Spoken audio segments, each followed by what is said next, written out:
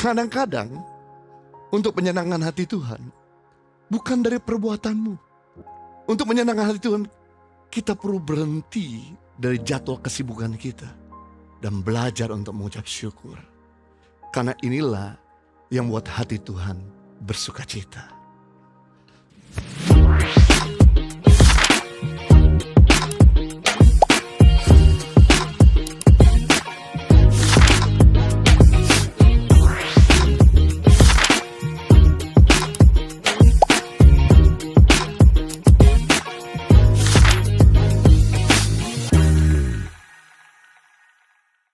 Terakhir kemudian saya selesai, kekuatan ucapan syukur menunjukkan kesalehan diri Anda.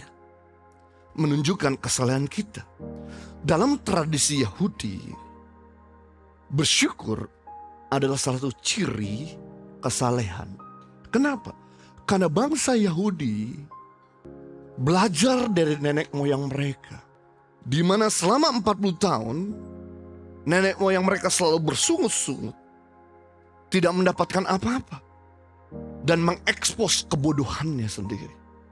Bayangkan saudaraku, bangsa Israel waktu ada di padang gurun. Sebelum di padang gurun dia ada di Mesir. Dia nangis-nangis minta dibebaskan.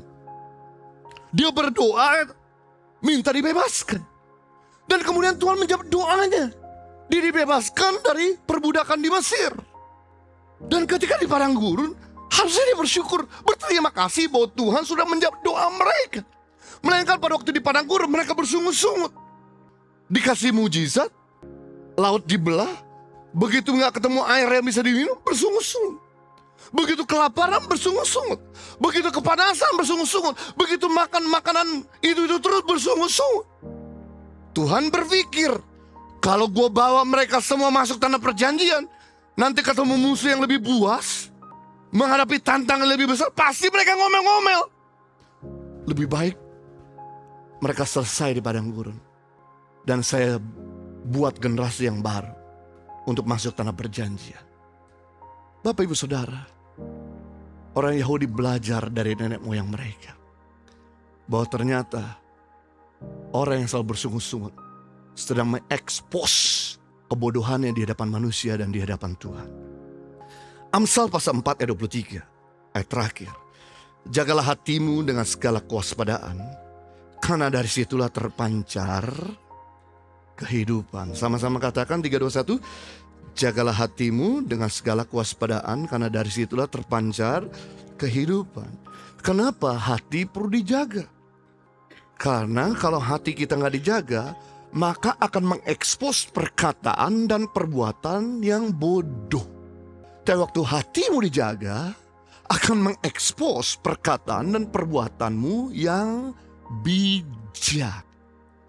Jadi kita bisa lihat hati seseorang dari perkataan dan perbuatannya. Nah, Bapak Ibu Saudara, ada sebuah cerita menarik, di mana ada seorang saudagar memiliki seekor burung kenari yang pandai sekali mengeluarkan kicauan yang merdu. Sang saudagar ini, saudagar artinya pedagang besar.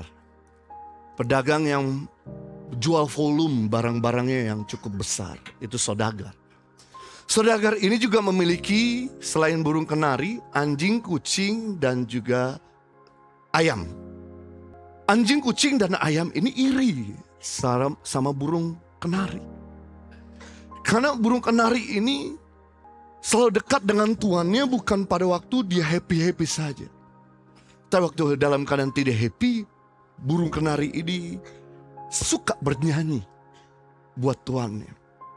Suatu kali ketika saudagar ini kelelahan habis pulang dari kerja, dalam keadaan stres, wajahnya pucat, seorang pelayan di rumah saudagar ini melihat wajahnya dalam keadaan pucat, kemudian mengambil burung kenari yang dia miliki ini dan ditaruh di sebelahnya, yang dalam keadaan murung dan sedih. Lalu burung ini coba bernyanyi dan berkicau dengan suara merdunya, lalu menyegarkan hati saudagar ini. Dari cerita ini, saudaraku, kadang-kadang untuk menyenangkan hati Tuhan bukan dari perbuatanmu. Untuk menyenangkan hati Tuhan, kita perlu berhenti dari jadwal kesibukan kita dan belajar untuk mengucap syukur. Karena inilah yang membuat hati Tuhan bersuka cita.